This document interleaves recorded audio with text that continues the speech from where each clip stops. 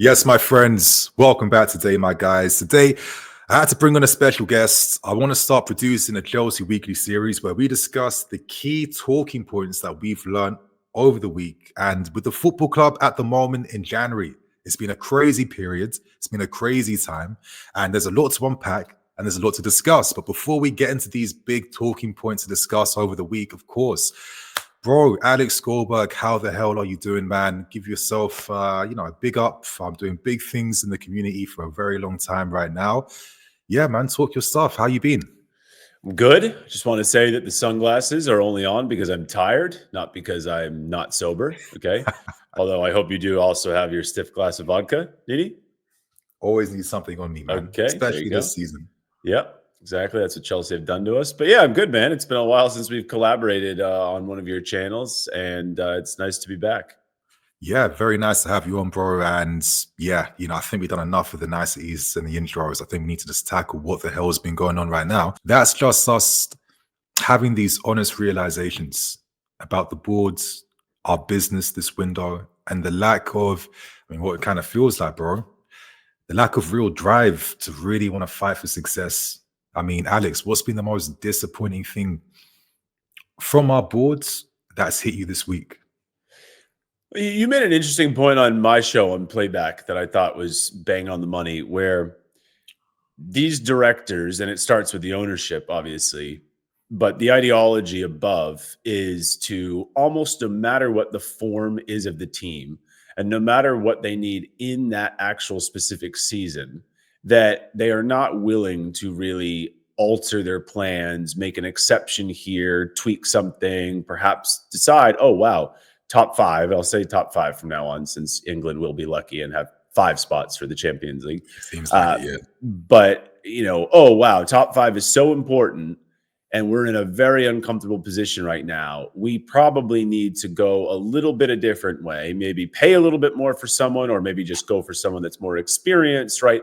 Not completely throw our plans out the window of hoarding young players. You can still do that, right? I know you're obsessed with it. I know it's the model, but they refuse to even veer for a moment because they are just so ingrained that law of averages, that term law of averages, if they do this enough, then sooner or later they'll get there. And once they're there, it'll be hard to knock them off because they'll have such a wide foundation of talent. Okay, fine. But you made the point on my show that, that just is not really the proper way that a top club builds. And you referenced when Chelsea specifically knew they had Manchester City coming up way back when, and they had no one to deal with Yaya Toure. And it was in, of course, the middle of the season where it was really pivotal that they won the next stretch of games, that they didn't falter, that they didn't fall because they were trying to accomplish something that season.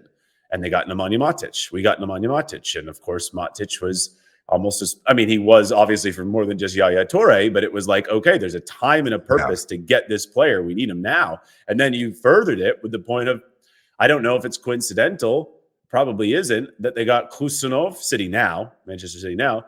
And I know these guys are young, so I know they're not prototypical signings that some teams might get in January to help them. But still, they were bodies, and City need bodies. They obviously had a rough first half of the season where they became so depleted after like 2 injuries. They get Kusanov. He starts against us. Yes, he started off rough, but actually he grew into the game after Nicholas Jackson said, "It's okay, buddy.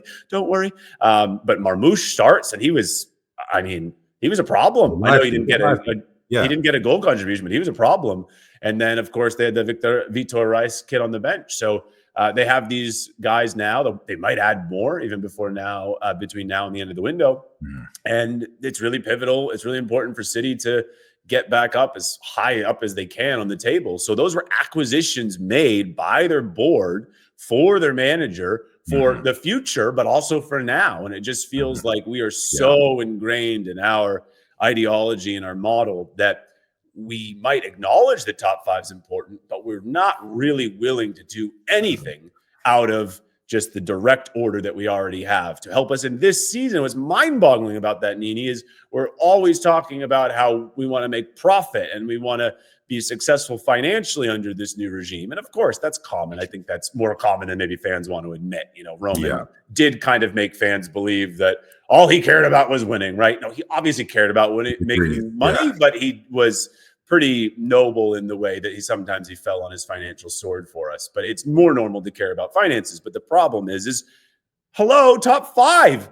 Champions League brings a hell of a lot of finances. And furthermore, if you don't get Champions League, how are you going to be able to attract the players that, you even want now? You obviously can't attract the big dogs now, but how are you even going to attract, like today, we're sitting here right now, and there's a story out about Matisse Tell maybe not thinking that Chelsea is the right place for and rightfully so, having doubts, rightfully so. So like we're going to start getting into a position where 19-year-olds don't want to come here, even if we offer them a decent amount of money. So we have to start looking at situations where we can veer. It doesn't mean throwing the project out the window, but veer. Sprinkle in a little experience here and there. They don't have to be $100 million deals. But I think to answer your question in a long-winded way, what has been kind of the most upsetting thing that I've realized here about, our ownership and the directors in recent times is they are just not willing to bend on their principles. And that is perhaps very detrimental. It's painful.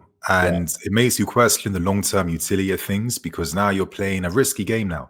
Now, I can see how these strategies would work in a business application and sense. If you're working in the tech sector or investment fields, whatever, you put a certain amount of investment in, you expect like a guaranteed return regardless, because the numbers always come good. But, for myself, man, sport is a different principle altogether. Competition, sport, there's a lot more human elements that are involved in things. And I look at this data model, data approach. And I know that when I was on your stream recently, I know you guys had some interesting questions and observations behind the utility of certain moves. Maybe you wouldn't go for Ademola Lookman because maybe the numbers are inflated because he's at very niche clubs like an Atalanta. Is that transferable across many clubs? But I was thinking a lot about that, for example. And I thought to myself, well, most of the big clubs aren't really patterns, aren't really focused with their core ideas and principles. Every season there's a bit of a rebuild at most of the big clubs, or they're still looking to iterate or still looking to improve. So your environment isn't good for most people, regardless, to be fair with you. And I just think to myself, what is the long-term utility of numbers? I mean, did that allow us to sign a Dean Howson for 12 million at the time instead of him going to Bournemouth? No, we went for Renato Vega, and now his shelf life is over, and he somehow bagged a move to Juventus somehow, and now doesn't add anything to the team. Now we lose as a team because Cucurella now, God forbid anything happens to this guy, we don't have any real replacement for him in the team. And what does that do ultimately? It undermines the manager. And if you undermine the manager, you're going to undermine what you control in terms of how your season goes and what affects you. I know Liverpool have done things really well, but for me, I feel like Liverpool's data model really helps them when it comes to finding the smart squad player, like an Enzo in defensive midfield. This is a guy that will cost you nothing, that really complements what we're doing, that we can take, use short-term relief for the team. That's going to help us in terms of being the support and balance and experience for the other guys that we're really focusing on. The other guys are big names. We're not signing this random guy from Algeria or from Japan because the numbers show that he's ready to step in and he could be something special in the future. No, they understand that you build for the future, but you have to also be very much there in the present, right? And that's the thing, is Liverpool literally have young players involved in their team. It's not like they're completely going away from having youth in a future. Cody Gakpo was not too old when they acquired him. They have Harvey Elliott, talent that no one knew about. Curtis Jones.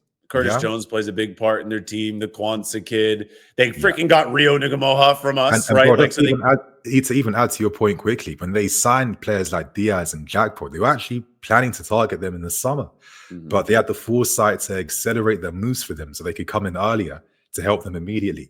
That's what I mean by a football club whose principles are in the right direction, right? And I understand that the data approach, but I also feel it's because they also respect the institutional knowledge that they have at these clubs, right? And you take it to us. And I think one comparison I want to make is that 1920 season under Frank Lampard. Going into that season, everyone wrote us off. Most of the fan base had no hope. You're introducing all these youngers from lower divisions. You've just lost Eden flipping Hazard to Real Madrid. One of the best players, probably the best we've ever had at this football club. what the hell is going to be going on in the future? But how did we get through that, even though we had an inexperienced Frank Lampard? We tapped into young talent that already had accumulated nearly 100 games, more than 50 games already in a hard, difficult championship season to season them, to get them ready. But on top of that, we supplemented these guys with experience, you know. For every Reece James, there was an Aspilicueta.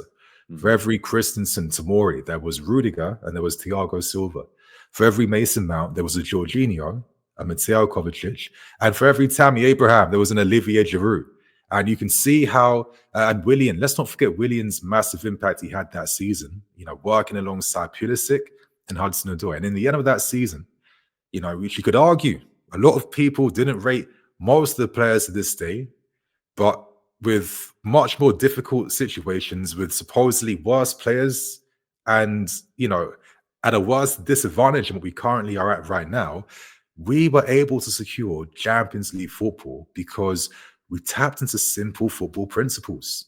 And I think that's what worries me. We don't respect the principles of the game. I feel like all this business acumen approach to squad development and success, you know, in the books, it looks good, but it does not translate to the pitch because, bro, you can't have a young defense and you make them lose confidence because you sign a Robert Sanchez, for example.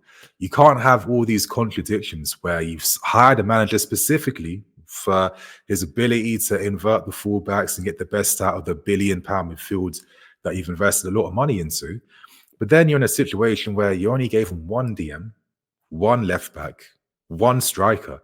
And if anything happens, form injuries, whatever, everything is completely undermined. I feel like we are paying the price for a total lack of respect in terms of any type of football experience, institutional knowledge.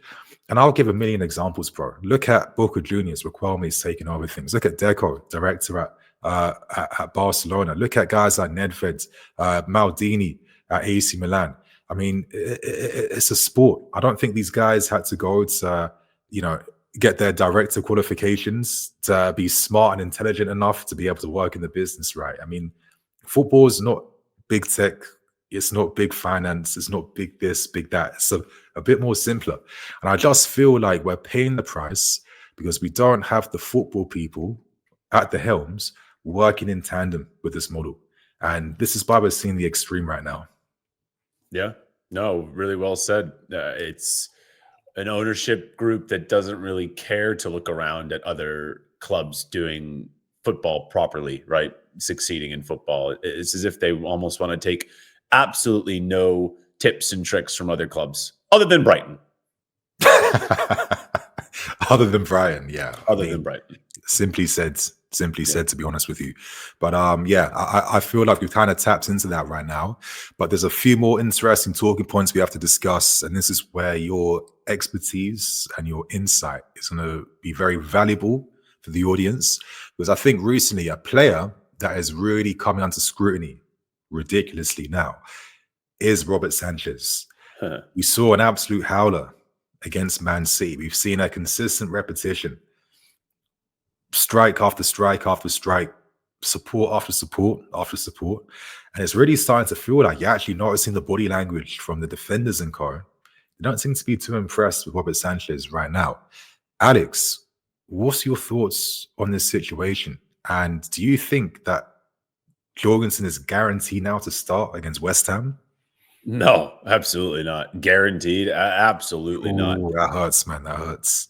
Yeah, he could start, but that's going to have to come from above Enzo Maresca. And that's the problem, is this is not Enzo Maresca's full call. It's just not. And what I thought was interesting that was pointed out on the show that you were on my platform, Kieran Doyle we had on, who is, you know, really knowledgeable in his own right, loves stats, very analytical, but also plugged in to kind of just how football works. And I know for a fact that Ben Roberts, who is not just the goalkeeping coach for us, I mean, there's usually multiple, but he's the head of the global goalkeeping department at Chelsea. He got a promotion recently.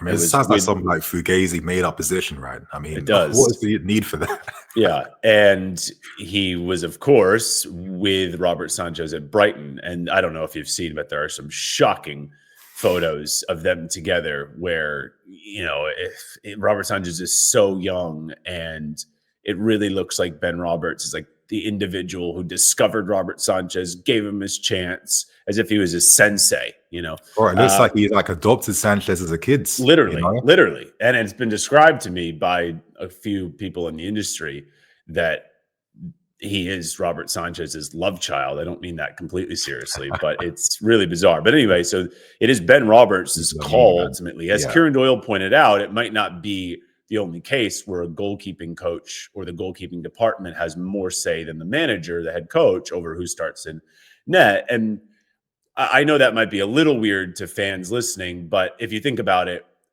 goalkeeping is so much different than all of the other positions. So the head coach might be able to convey what they want in a goalkeeper and what they're looking for. And ultimately it is, I guess, sometimes the manager or the head coach's choice, but it is not too uncommon for the goalkeeping department, the head of the goalkeeping staff, to basically say, this should be the number one keeper. And Ben Roberts has a lot of power right now, and he absolutely loves Robert Sanchez. And I think where it gets really messy is, okay, what about if Ben Roberts was just his own man, the only person that really had this history with Robert Sanchez?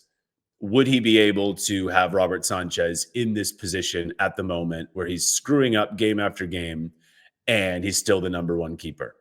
Probably not. However, he's got help from his buddy in the sporting director seat, Mr. Paul Winstanley, also from Brighton. If you go back on Twitter, you go back to Winstanley's tweets from 2018, he's showering Ben Roberts in love. And then if you do some more background on Ben Roberts and Robert Sanchez, I mean, I'm looking at an article right now from June 2021. Robert Sanchez left, quote, second father Ben Roberts with a tear in his eye after earning Spain Euro 2020 call-up. All you have to do is just go on Google. Second father is a strong-ass statement, right? It's a very strong statement. Yeah. And you have tweets from Winstanley back in 2018 saying that, oh my goodness, Ben Roberts is amazing because he picked out Matty Ryan, the goalkeeper Matty Ryan, who by all accounts is awful. Okay. So Roberts and Winstanley clearly have a very close relationship, and Roberts and Sanchez clearly have a very close relationship. And if you don't think Paul Winstanley also has a crap ton of power at Chelsea, then you're fooling yourself. So not only do most goalkeeping departments have a major say on who is the number one, it goes a lot deeper than that, because Ben Roberts and Winstanley have a very close relationship, and Winstanley has a lot of power on what goes on. Remember, Winstanley has more power than Maresca. Winstanley and Stewart and Shields, but Winstanley and Stewart, of course, were employed by Igbali to find the next head coach. And that's the key term, head coach, not manager, head coach. So there are a lot of politics behind why Robert Sanchez is in net. I do hope that maybe we've reached our final straw here, our last straw, but I have my doubts. And why was Pochettino able to not have Sanchez starting? Well, Pochettino got a little help from the injury gods. Robert Sanchez got injured last season, and that is what allowed him to put in Petrovic. And then when Sanchez came back, Pochettino was able to reference the fact that Petrovic was playing well and that, of course, he wasn't really costing the team points. So Pochettino got a little help from that. With that said, Pochettino also got in a really bad relationship with Winstanley and Stewart. And who's to say that that wasn't one of the many reasons as to why? Who's to say that that wasn't a point of contention? That wasn't a reason as to why they had friction, that Pochettino didn't put Sanchez back in. Exactly. And it repeats this like cycle that we've seen recently where, I mean, this is how I completely see it, bro. You know, you're looking at a Pochettino. He was at every level, the highest level of the game when he was a player, internationally, domestically, massive clubs. This is someone that has decades of footballing experience. Like, he has experience oozing out of his sweat pores. This is someone who knows exactly what the principles of the game are and what is needed. And you're a manager with this experience at this age, and the people you have to answer to are guys with minuscule experience in the game, guys who have different priorities, having to flip up, signing unknown guys for clubs like Brighton, where, listen, I've always felt like that data model, that is more significant for your Bournemouths and your Brightons, because you're able to beat the rest of the pack around you, and you're able to guarantee Premier League safety, the odd European campaign, and remain within that cycle.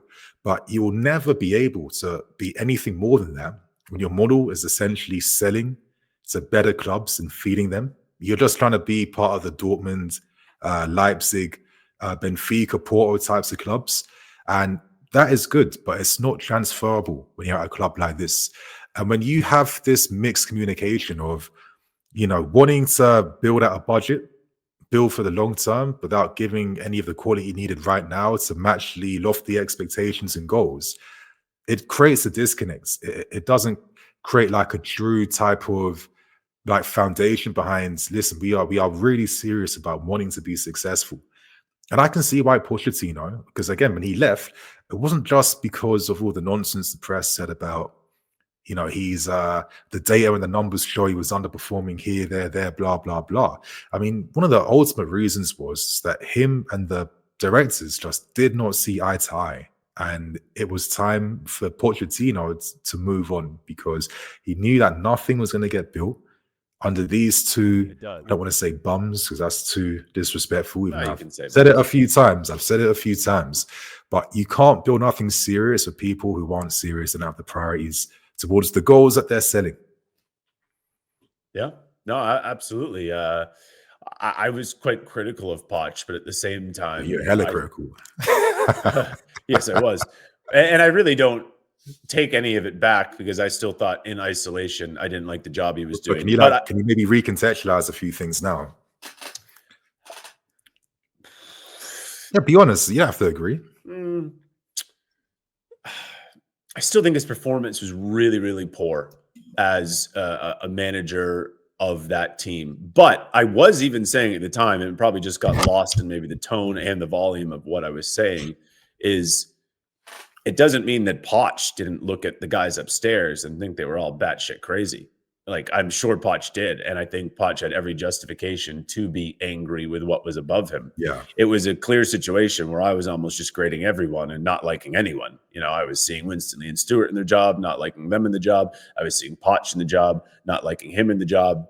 So for me, I originally was like, well, just get Poch out, because I don't think this is going to end well. Then by the end of the season, not really because we finished strong, but it was more just the candidates out there were also not wowing me.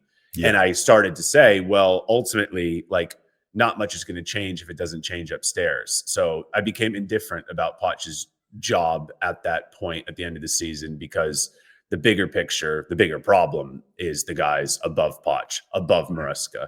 So Poch, though, of course, being in the game for as long as he's been in it, and already having dealt with a Daniel Levy and Paris Saint-Germain and all of that, I don't think he was willing to abide as much by these very strict guidelines that Igbali and Feliciano and Winstonley and Stewart want their head coach to abide by. Whereas this next time, throughout the application process, the hiring process of looking for Maresca, but all the other candidates, McKenna and everybody else, this was the job description. You are a head coach. You're a head coach. Don't accept the job if that's going to blindside you after 2 weeks, right? You're a head coach. So a lot of people get on Maresca for this Robert Sanchez thing, that the fact that Maresca is the one that picks the team and he can do something about it. Listen, Maresca knows that if he wants to get to the point at Chelsea Football Club where he does have more say, he does have more authority, then right now he has to abide by the job description. It's the same thing, Nini, is I'm sure you know multiple people in your life who you regard as alphas, right? You regard as not pushovers, men, women, okay? I'm sure you know a handful of people like that. But I'm sure that at least a couple of those people at some point got in a job where, at least initially, they had to abide by company rules, by what their boss said. It doesn't mean they were a pushover. What it means is that they backed themselves to do well enough in the job to then go up the ranks and have more authority and have more say. And that's what I believe Enzo Maresca is doing. I think that's a really amazing point to end things on. And I think that's a perspective that has to be remembered at times. You know, it's easy being a fan. You're outside the club, essentially. It's easier to be a bit more black and white in terms of your criticisms, but it's a bit more complex than that. I mean, listen, I've got a few guys working in the city. I hear the stories behind the scenes about what life's really like. Managers who are hard asses, dickheads, all these types of things. You have to play the game a lot of times in this corporate world that we live in. It's how it goes. But yeah, man, I think we've just discussed everything on the situation at hand, how Maresca has constraints in his first year here, and hopefully with more results and things going his way, is he going to get more trust, more lenience? I mean, I kind of sussed that quite early. This is the direction Maresca's trying to head into. But I think for the final 2 points now to move on this conversation, I think we have to discuss the January window. A lot of us are a bit disappointed that at this stage right now, where the window ends in 4 days' time, it kind of feels like, what's the point now? I mean, okay, there is a point to still add and strengthen because, I mean, you know, CL football, it's a nice bonus to have, even though it's not the priority at the moment. But we've waited right until near the end to really bring in any additions or any players right now. For yourself, who is one player you are hoping can get brought in that can offer us some upside? Oh, it's so tough because it's the January window, you know, and I know players end up being available that you didn't think were available. That's what January windows are all I mean, about. bro, I'm looking at reports now that Al Nassr are trying to talk to Leverkusen about Boniface. Right. But I just know firsthand Victor Boniface is not interested in English football, unfortunately. Yeah. The problem with Boniface, even if he was, is he absolutely would help. I mean, I really like the player. Every time I go and watch Leverkusen for Florian Wirtz when Boniface is actually out there. Yeah, well, Wirtz, that's like asking for a Lamborghini to be outside in 5 minutes. It's not going to happen. You know, but Boniface always gets injured. And of course, I don't believe that we deserve nice things if we do acquire players at this point with insane injury histories like he has. So it's tough because you can ask me who I want in January, and I feel like they should be decent, respectable answers, the guys I want to say. But Chelsea Football Club just are not going to pay at this point either somewhat high wages and or release clauses for players. So I have to think under the way they do business and not the way that Roman did business. So I would say, oh, well, I like Nicholas Jackson, but very interested in bringing in a John Duran or Gyökeres. I know Sporting probably don't want to lose him right now. I know that the release clause goes down, I think, in the summer. So if you were to get him now, Gyökeres would be a lot. And I've actually been on record saying that I think Gyökeres is good. I think he probably has a killer instinct that we lack. With that said, the guy's never played in a top 5 league. So should you be dropping 85 million pounds on him, especially if it's a release clause? Probably not. It's probably not wise business, but it's tough because I really feel like we need to bring someone in to compete with Jackson, push Jackson, if anything. Yeah, facts. Right? So it's tough to say any striker's name. Like I like Liam Delap. I think Liam Delap is another mentality that we're kind of missing. He's got a dog in him. He really, really does. You know, he reminds me a little bit. Calm down, people. I'm not saying he'll be as good, but he reminds me a little bit of Diego Costa. Like he's just a total shithouser, and I'm here for that. And of course, he does have familiarity with Maresca and Joe Shields and Cole Palmer. So I'm absolutely into that idea, but he means a lot to Ipswich right now. He might be the deciding factor on if they get relegated or not. So you'll probably have to pay way, way over what you would need to pay this summer. So I can't sit here and ask for any one striker in particular just because of the context behind their situations. I definitely am someone who likes Mark Gahey a lot, but now we've brought back Trevor Chalobah. And I just don't know what to do at center back right now. We have just so many names. Nini, I'm not saying what's his name, Mamadou Sarr. Mamadou Sarr. We now have who's coming over in this and Anselmino.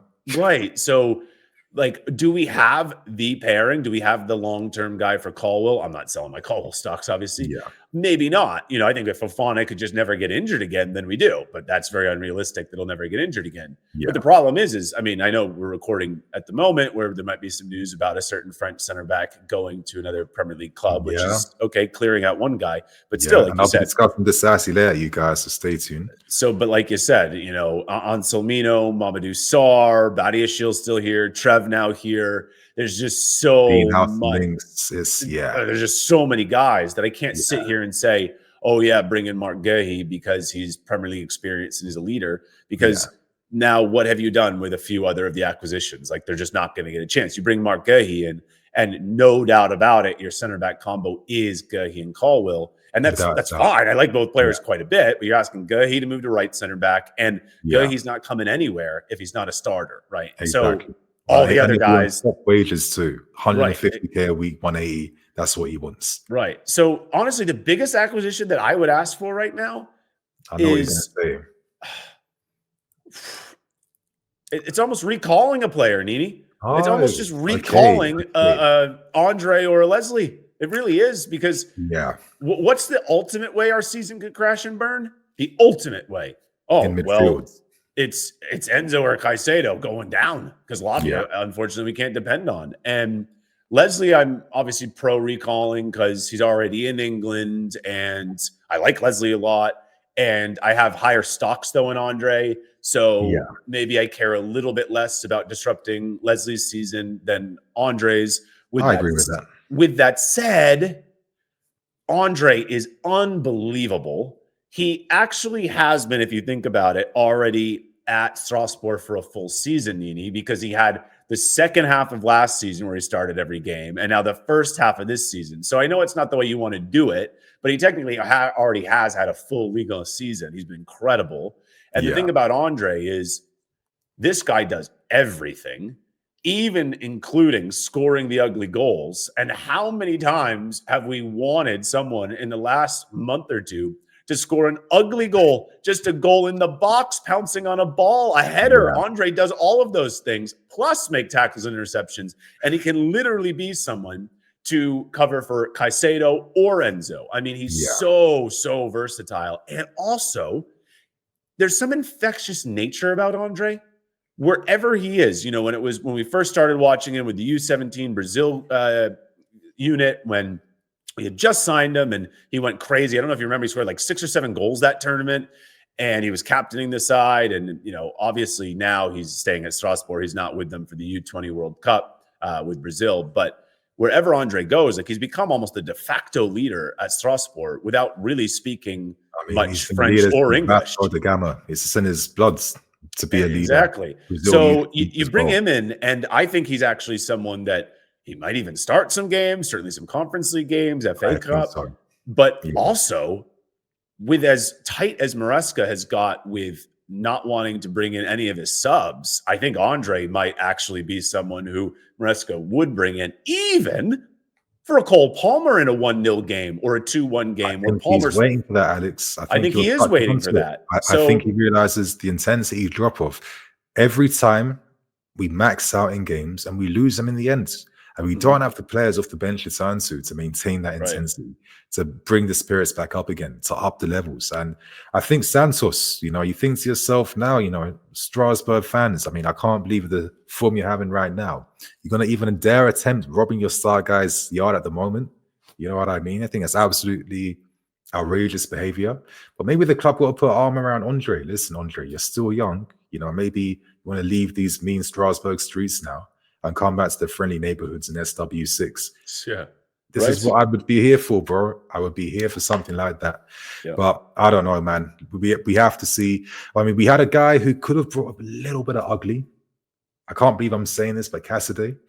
But Maresca decided to turn him into a holding mids instead of letting him play a bit box to box, which is his natural way to play. But I guess Andre is more suited to that pivot style role too. But it is interesting in terms of like how exactly could he be utilized at the moment, right? And then you think, okay, do you take Ugo away from Southampton, where he's now getting access to minutes again? But he looked good in pre-season. He scored that banger against Inter Milan, and he looked like he played with confidence because he knew the manager rates me. Or do you disrupt Strasbourg, risk them? They have a potential European push if they keep their form up. Some of their guys are improving at the right time right now. You're Clearlake. You think about the money, the upside. You think about the fact that if Strasbourg can secure European football, that's going to help you when it comes to loaning out more players from abroad right now, and them securing like their visa points, whatever, quickly enough because they're in European competition. So it's just always comes down to, man, are we going to prioritize the football or the business? And we still have no answers on that. Yeah, it's a tough one because you are right. Getting Strasbourg into Conference League, Europa League would be really great for then being able to, Blueco in general, right? Being able to get young players and have them play there. It's a big allure. Originally, it was, you can't recall Andre because they might get relegated. Now they've gone on a big win streak, and now it's, you can't recall Andre because they might get a European place. It's like, geez, like, all right, I guess you can't recall him. Exactly. Sure. You're looking at Liam, he's doing things now with Strasbourg. Could that be a future Chelsea manager if anything, God forbid, ever happens? Actually, why am I saying God forbid? But if anything happens to Maresca, I'm just so used to managers getting sacked now, Yeah. But anyway, we're going to end things right now, but I need to ask you just on a personal one. Matisse, so I know this is your personal love child. I know this is someone that you're willing to break the mold for. This is my Robert Sanchez. I'm Ben Robert. My Robert Sanchez. Yeah. This is your son. Yeah. Yeah. Oh, I'm still extremely pessimistic that it happens because everything I've heard about Tell is he's also like a really well thought kid and a very loyal kid as well. Mm-hmm. And that's really great, but it doesn't help me in this situation because he is obviously admitting that right now it's not working out at Bayern, but he's very, very ingrained in their culture. First of all, like he is absolutely bought into the whole German and Bayern culture. And he's also like just really determined and motivated and an ambitious kid that he will make it at Bayern Munich. So I love those qualities in a player. It almost reminds me of Trevor Chalobah a little bit, right? Like, you want to get rid of me, but I still want to make it here. Now, no offense to Trev, who I love dearly, but when we're talking about the talent that Tell has in his position versus Trev has in his position, Tell has been one of the most highly rated youngsters, still a teen, across world football for a handful of years now. He's just so ridiculously gifted. And the thing that I love about Tell is he really is what you want him to be. Meaning we talk about Felix and we talk about Nkunku as tweeners where, okay, they're not really any specific position that we have on this team. Nkunku is not a real left winger. He's not a real striker. He's a second striker. Felix, the same thing, right? He wants to be in the half spaces. He's not a real wide player. He's certainly not a real striker. We can talk about Swiss Army knives, but it's really only nice if they actually can also fit in one specific place in a system. I also would like in an ideal world that we weren't always so rooted to the spot of the system and didn't sometimes just realize, you got to work with what you have. But it is what it is. Like Felix and Nkunku are not great fits, and they were not bought for Maresca. They just obviously want. Nkunku obviously wasn't, but Felix was bought for PSR reasons. But Tell, getting back to Tell, this is all in projection, folks. So if you're watching and you're like, we don't need another 19-year-old, I get it. I totally get it. I'm just going off of the rumor and the fact that we're interested in him, and I've always liked him. And I see a player that has the athleticism and the dynamism to play left wing. Like 1,000%, he's got the athleticism and the dynamism to play that position. Absolutely. And then he also has the athleticism and the knowledge and the box instincts and the ball striking and the heading technique. He has good aerial numbers, obviously on a small sample size, to play the striker position. So it's a very, very rare case in my eye where he could actually play both positions. Not where it's like, he's kind of a left winger, but he's kind of a striker. We don't really have a spot for him. No. I think with young players, you probably should give them a position sooner rather than later to focus on. But at least at this moment, like he could genuinely be either. And listen, I like Nicholas Jackson a lot. And I still think he can be a contributor, a fairly regular contributor to a Chelsea team that is contending for titles. But I have in recent times questioned, can he be the guy, though? Can he be the guy? These are some things from Nico that I don't ever see fully changing. Like, I don't know if he's ever going to be the cleanest ball striker, Nini, even if he can score more goals. Like, I just don't know if he's ever going to be a top ball striker. Left foot concerns me, right? Box instincts concern me. Kieran Doyle made an interesting point that we never see him make near post runs, never when a ball's kind of crossed into the box. Just his instincts in general are not striker instincts, and that's fine. He was not a striker coming up. He was a winger. So, like, I get it. I get why. But if you go to Matis Tel and someone could say, oh, well, he's not a real striker either. But hold on. He's got great box instincts. If you see the goals he's scored at Bayern Munich, when he has played over the last 3 seasons, he's scored some sexy goals, but also some goals where the ball's bumbling around and he just finishes it, right? Yeah. So he scored all types of goals. So good box instincts. Strikes the ball so cleanly with either foot. I mean, so cleanly with either foot. And he is good in the air. He's got good form. Of course, there's not like a big catalog of headed goals he has scored, but he has been good in the air. So when you see, and he understands space too. Like, he understands how to manipulate space in the box. He's good in tight spaces. So when I kind of go down the checklist of, he's got good box instincts. He knows where to be, strikes the ball cleanly with both feet, good in the air, and just kind of understands space and how to manipulate in the box. Those are really the things you want in a striker. And unfortunately, this is all in projection. Unfortunately, he's got Nicholas Jackson on all 4 of those things. So, I love Chris Wood. We can talk about how we would love like a Giroud to come in right now. And maybe that would be when we got Giroud, right? Like that type of a guy. It could be really nice for a Jackson. After 60 minutes of not doing well, you bring in someone more experienced, a bit more of a classic striker who can get on the end of Neto and Reese's crosses. That's all well and good. But I'm also just kind of resigned to the fact that we might not go for a classic striker anyway, right? Mm-hmm. So I just want someone to compete with Jackson. And I think Tel is actually good enough to overtake Jackson. But I want to just say once again on record, I'm not saying he should be a striker for Chelsea. He could actually be a left winger. And I'm also not saying we need a 19-year-old. I'm also not saying that a 19-year-old is what we should be acquiring and prioritizing right now. I understand we need experience. I understand we need to act a little bit more like we did when we got Nemanja Matic, or just what other clubs do in January to achieve their goals that season. I get that. I'm purely A, answering Nini's question, but B, also just going off of the current rumor. That's all I have to go off. But I agree with you, man. But yeah, I think we're pretty much about to wrap things up. We have to very briefly touch upon the game against City, and to keep things as brief as possible, because a lot of us were tapped into the conversation. We've had our thoughts and opinions. We've had a lot of time to vent about our grievances and losses in that game. Alex, the one key problem you saw against Man City, one key problem.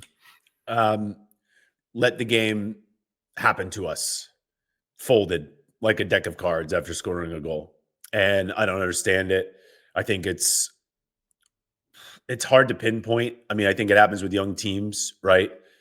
But after a certain point, you do start to question, and I like Maresca a lot, but I question the approach. Like, why did you stop pressing Kusanov, right? Why? And listen, like, I actually think it's perfectly mirrored in Maresca doing this, half press. And there was a great quote from Ralph Rangnick about doing a half press, right? Like a half-ass press is the most detrimental thing possible, because you're like kind of going forward, but then you're not adjusting in the back. So you're basically not having any vigor at the top of, the press, but nothing's really following at the bottom. So you're going to be left, exposed at the back as well. I don't get it, because it worked in the beginning. It wasn't just the first goal, Nini, that Kusanov was responsible for. Kusanov almost was responsible for 2 or 3 goals, it felt like, in the first 10 plus minutes. He had odds. And then we stopped. And listen, just to round out this answer, I think Maresca will obviously need to learn from a game like that. I thought Pep did school Maresca for the most part. And I don't say that often about Maresca. I mean, Pep just said, oh, I'm going to use Gvardiol against Nani. So I've prepared Gvardiol better to be an attacker than you've prepared Nani to be a defender. Fair play, Pep. Like, Gvardiol attacks all the time. Fair play. I've got a completely different take to that game after I watched it again. And my take is that this game proved the capacities in which Maresca can work under. That point you mentioned about Gvardiol, I understand that, but I think to myself, I mean, what a fake football player. I mean, 1 minute this guy's a left back, the next minute he's an inverted left winger, cutting with his right foot, No, spreading the sure. ball with his right. Yeah, I mean, he's really good. this is the level of player that City can attract. The top player, the very best ones who have a lot more repertoire to their game, right? Yeah. I felt like we did as much as we can because I think Maresca realized this team is not good enough. I don't have the options off the bench. The moment, if we don't control our controllables and win it in the time slot that we have, we need a lead. We need to be aggressive from the start to have something to protect. I can sub things out. I can drop the lines. I can do those options, but I can't get there unless you, the players, unless you take advantage of the platform I've given you. And my thing is that when you're up against Guardiola, you know, as someone who sacrifices his marriage for the love of the game, you're not up against a normal type of guy. Yeah, he's probably thought of every type of possibility in which Maresca was going to target us. He knew the weaknesses, and this is why he was able to react. Now, go to Kuzanov. Welcome to the Premier League, man. I mean, the pressure from being at Lens to Man City is incomparable. But when we pressed him, you'd think Guardiola was going to let us press him for the whole 90 minutes. No, because we saw Kova and Gundogan taking turns, drop deep, made a makeshift back three. So Gavardio, Nunes, get your asses up the field, because we know that these Chelsea wingers, they can't maintain it. They can't keep up. If they're getting forced back eventually, this is going to create massive gaps for us to play a bit direct. And I thought the game was a super engaging tactical battle, because when we had the upper hand for the first 25 minutes, Pep reacted, City came back. Second half starts, we pressed cover finally with Nico Jackson, but then there's a capacity because Nico at the moment, he can't play 90 minutes because we do not have another striker from the field to maintain that. That's the case for a lot of these guys. Cole Palmer, he's dropping even harder now, those final 20, 30 minutes in games. Maresca's like, you're better than what I can actually rely upon. Felix wasn't even there because he had a family bereavement issue that he had to attend. But so this is why I needed capacity. Those are all good points, but this is why I feel like we needed to go harder at the beginning of the game for a little bit longer. But we did, but probably didn't score the second goal. That was the hardness. I get that. But Nini, this is what consistently happens with this Chelsea team is they become down on their luck when they don't put in a chance like that. That's not the first time that's happened. I'm saying, Alex. They're not good enough. That's why. Right. But so if Maresca knows that he obviously is not going to turn to Mark Guiu to replace Jackson, or if he turns to Nkunku, we're going to lose all of our oomph, right? And impetus, that's fine. But Maresca, and listen, I was not, after that City game, blaming Maresca more than I was angry at the directors, Rob Sanchez, and plenty of players, right? But with Nicholas Jackson, have him basically keep going in that situation. Tell him to not pet Kusanov on the stomach and say, I can't agree with that at all. I think that Nico hold on. The switches that were happening to Gvardiol, right? So they were on the left-hand side, they were on City's right-hand side, right? And then they were happening to Gvardiol, who was going down the left. Had you pressured, even when Kovacic was getting it and Kusanov was getting it, that pass becomes so much harder. But I've seen so many. Hold on. I have seen so many times this season, over the last 2 months, that this team, when they can't get the second goal in the first half, they just naturally get down on their luck and they stop. And listen, I'm not going to blame that really on Maresca, because during an actual half, I've talked to Asmir Begovic about this a lot. Yeah. During an actual half, it is very hard for the manager, the head coach, to convey some new message during the actual half. He can use halftime for that, right? Exactly.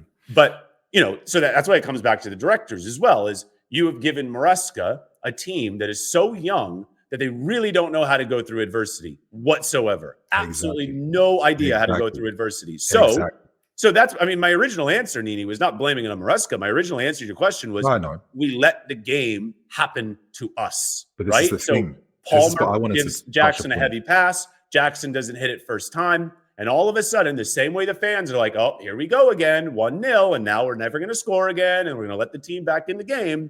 That's exactly what happened again and again and again. And even when it was 1-1, you knew the game was over. Before Sanchez ever came out of the net, you knew the game was over. You knew we were losing. And we Exactly. just get down And on that's our own because luck. And that's the sporting director's fault. I hear That's you. the It owner's is. fault. It is. It's their fault because the squad is not capable to sustain what has to be sustained. And my thing is, Alex, is that when City started that game, they were spreading Kuzanov and they were spreading Kanji wide for the build-up. The build-up plan from City was different. When they realized Kuzanov was single-handedly giving us free possession in their half, conceded a goal, Guardiola reacted and was like, Kuzanov, you're only going to play 5-yard passes to Mateo Kovacic. I have to drop someone there. And because of that tactical change, it ruined our pressing structure because it meant that when Kova was getting targeted, it would force out one of our guys in the press to have to deal with that. And City were relying on that fact. And by doing that, it meant that now they have the width open. This is why I said Gavardio, Nunes, be aggressive, get forward. Eventually, this Chelsea team's high line will be exploited because someone out wide is going to play someone onside because it's the sheer volume. I mean, you're expecting the winger to be tracking back. We didn't influence our game by having our width forcing their fullbacks back. If we had better players, if we had more experience, if we knew, you know what, you don't play football to always make the next attack. This is not FIFA, you know when to slow the game down, when to keep possession, when to regroup. That's what Guardiola, for example, and City are absolutely famous for. That's why they use the ball in that manner. City, we made it very hard for them. And I say that because when they eventually beat us in the end, they did it in a very un-City-like manner, where in the end, because Maresca had to exhaust every possible reactive tactical switch in that game, the thing he never wanted to happen, which he had to just risk at the end, because this game is about managing your risk, right, was isolating Haaland, because Haaland is a schoolyard bully and he absolutely scared, not even bullied our defense, but scared the life out of them. I saw Trevor Chalobah looking kind of goofy on that field with his panicking moments, picking up the wrong marker at times, not playing with the sense and brains that he normally does have in a better type of structure. And the game became long like that for Man City because we reacted in the second half by having Nico on cover. But then in that 50-minute period, because when you're playing against a team that's better than you, that has better players than you, we can't sustain what we do over 90 minutes. It's impossible. The only thing we can do is take advantage of advantages and then control things that way. That was the only possible way we were going to get a result against City. And because the players aren't good enough to execute that, when you're given a free gift, like the opportunity to make it 2-0, you have to realize it's a game of moments. City just got battered by Paris Saint-Germain. If they're 2-0 down because their new defender has put them in that position, this gives Maresca a lot of leeway now to manage things tactically from the bench. But when the players who have to take advantage of these moments show they cannot do that for whatever reason, you undermine the possibilities that can come. That's how I saw things. And this is why, for me, the main takeaway was we're seeing a manager that's got the full capacity from this group, because the group he has isn't good enough, in my opinion. They're good, but they're not good enough for the ambition and the challenge ahead of them. And when you're not getting the players in the market quickly enough to help at least have additional pressing, you shouldn't be using Nkunku to replace. I think we all kind of knew instantly, shit, this ain't going to be good. The fact that Nico can't play full 90s and Nkunku has to come on, this is going to be a bit easier now for City to do what they have to do out from the back. You should have a number 2 already. You should have had a number 2 this entire season. Yeah. And this is the thing that we're doing, man. And it's past managers, because there's only so much managers can do with this group of players. You know, we don't have secret world beaters. We realize very quickly they're not secretly good enough to win the title. I feel stupid. I drank that Kool-Aid. Even though I was saying, don't be stupid, I ended up being the stupid guy myself and getting too gas. Now I'm seeing things for what they are, bro. Yeah, I mean, I think when you're winning games, it's really easy to buy into why everything will work, why you can do amazing things. But once you start losing, you really do realize, oof. I mean, the truth should always lie somewhere in the middle. Obviously, if you're losing, you shouldn't go too crazy the other way and say, oh my God, we're the worst team in the league, which we're obviously not. but you see the holes there, and you see the deficiencies, and you see the reliance on Cole Palmer still, right? You do. I mean, Cole Palmer did not have a great game, and he kind of needs to in order to get a result against City. You know, it's just a matter of fact. It really is. Yeah. So we need more help for him. I think so. But I think, bro, we've kind of had a very not exhaustive chat. Sounds really, that's the wrong word to use. We had a really good football chat, touched upon a lot of matters. I hope you guys listening get involved in the conversation yourselves. I hope you've been able to think of things in different avenues and different ways and perspectives. And Alex, it's been an absolute pleasure having you on, man. Where can the good people find you? Playback, but if you just go to my Twitter, then you'll always see a daily link to my playback channel there. Stream every day on playback. So and I recommend subscribe to his Patreon. I recommend you guys do that. So Alex, it's been a pleasure, man. Hope you guys have enjoyed the chat. And if you guys want to see more of this style of conversation, hit that like button. Let's try and get over 1,000 likes for this video, and comment below as well that you want to see more videos like this. So I hope you guys have a good day. See you guys with more content. Cool.